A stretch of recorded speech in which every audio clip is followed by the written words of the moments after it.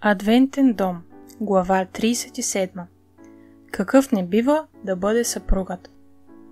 Съпруг, който очаква съпругата му да носи двойно бреме.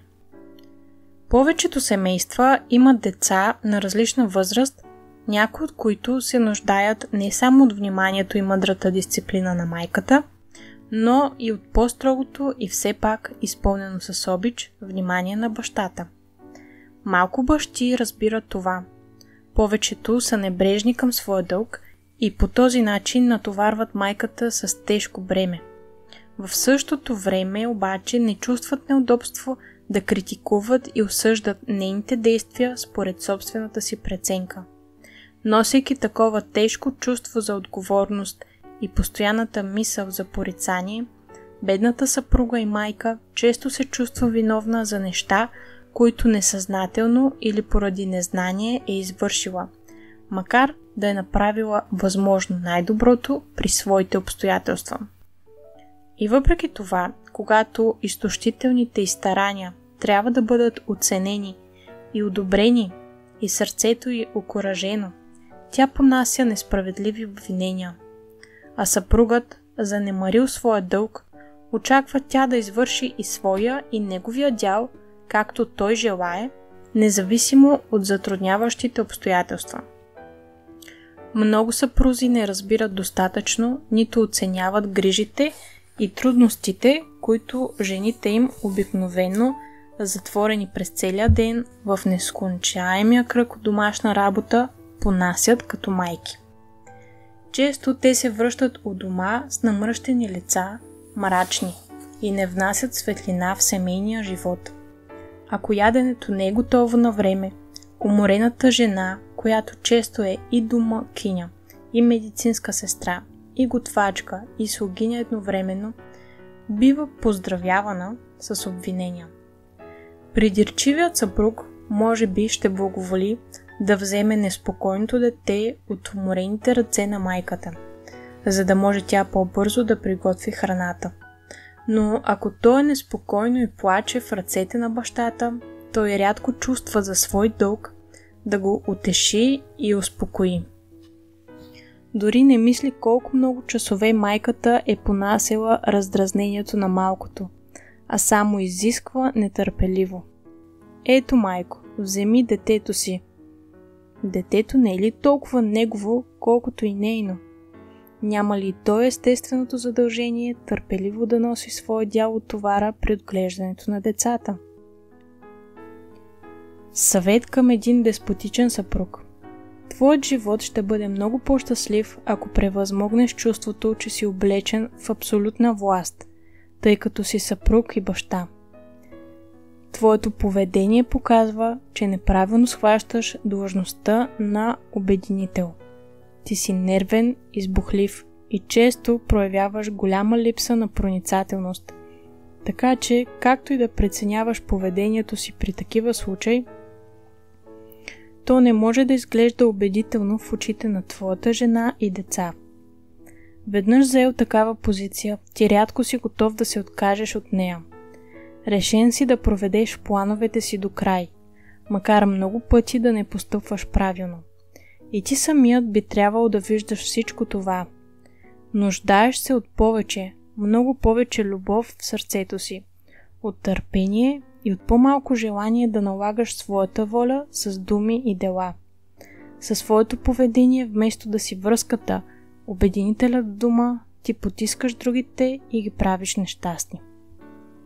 Като се опитваш да наложиш на другите да изпълняват твоите планове във всяка подробност, често нанасяш по-голяма вреда, отколкото ако отстъпиш от тях.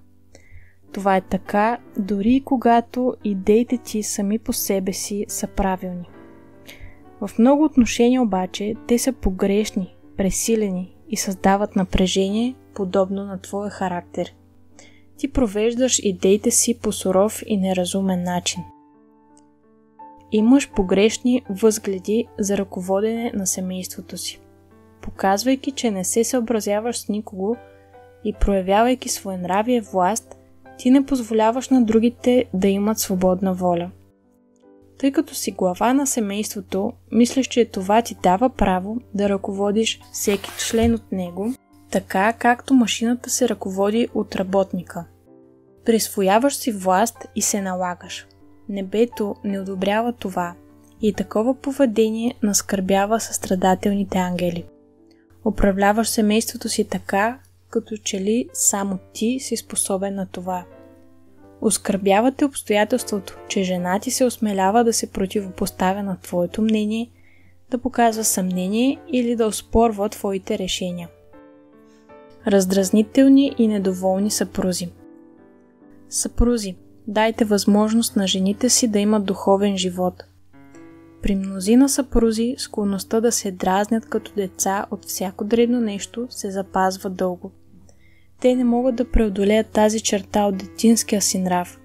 Подхранват я със своето недоволство и постоянно оплакване, докато парализират и осакатят целия си живот. И не само своя собствен живот, но и живота на околните. Те носят в себе си духа на Исмаил, чиято ръка бе против всекиго и ръката на всекиго бе против него. Себелюбив и мрачен съпруг. Брат В има особен характер. Той не е никаква светлина за семейството си, а това е мястото, където трябва да започне да работи. Прилича повече на буреносен облак, отколкото на лъч светлина. Твърде себелюбив е, за да изрече думи на одобрение към членовете на семейството си. Особено на онази, която трябва да получава повече от всички други неговата любов и уважение. Той е мрачен, надменен диктатор. Думите му често са твърде остри и причиняват рани, които той несе и опитва да излекува, като смекчи нрава си, като признае грешките си и изповяда неправдите си. Брат В трябва да се промени и да смекчи характера си. Трябва да стане внимателен и вежлив. Трябва да бъде нежен и благ към жена си, която е равна на него във всяко отношение.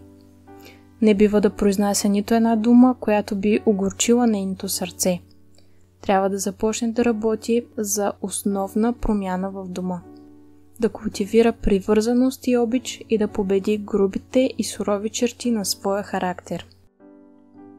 Съпругът и бащата, който е мрачен, себелюбив и властолюбив, е нещастен, но не само той страда от това. Той прави нещастни всички свои близки в семейството. Такъв човек сам ще понесе последиците от това, като гледа жена си отчаяна, тъжна, често и болна, а децата си обременени от собствения си лош характер. Егоистичен и нетолерантен съпруг. Ти очакваш твърде много от своята жена и от децата си. Порицаваш твърде остро техните грешки. Ако ти самият би поддържал спокоен и весел нрав, ако им говориш любезно и нежно, ще внасяш в дома си слънчева светлина, вместо огорчения, тъга и нещастие. Държиш твърде много на своето мнение. Винаги вземаш крайни становища и не си готов да уважаваш мнението на жена си. Самият ти не си проявявал уважение към нея, нито си възпитавал децата да уважават мнението им. Не си я направил равна на себе си, а вземаш в собствените си ръце юздите на управлението и контрола и ги държиш с твърдост. Нямаш съчувстващо, обичащо сърце. Ако искаш да си победител и ако желаеш Божието благословение на цялото семейство, трябва да развиваш тези черти на характера си. Към съпруг, който не зачита християнската учтивост. Ти смяташ за слабост да бъдеш любезен, нежен и съчувствителен. И мислиш, че да говориш нежно, благо и с много любов на своята жена, това е по твоето достоинство. Тук правиш груба грешка и не показваш разбиране на истинското мъжество и престиж. Склонността да се изоставят проявите на любезност е признак на слабост и дефект на твоя характер. Това, на което гледаш като на слабост, Бог счита за истинска християнска вежливост, която всеки християнин трябва да проявява, защото това е духът, който проявяваше Христос. Съпрузите трябва да заслужават любовта и привързаността. Ако съпругът е тиранин, прекалено взискателен и критичен към действията на жена си, ще загуби нейното уважение и чувства. Постепенно брачната връзка ще стане неприятна за нея. Тя няма да го обича, тъй като самият той не се държи така, че да бъде обичан. Съпрузите трябва да бъдат грижливи, внимателни, постоянни, верни и състрадателни един към друг. Трябва да излъчват любов и съчувствие. Когато съпругът е с благороден характер, с чисто сърце и възвишен ум, какъвто всеки истински християнин трябва да притежава, това ще се види в брачната връзка. Той ще се стреми да подкрепя жена си във всичко и ще я насърчава. Ще се стреми да й говори нежно и да създава атмосфера на мир в семейния кръг.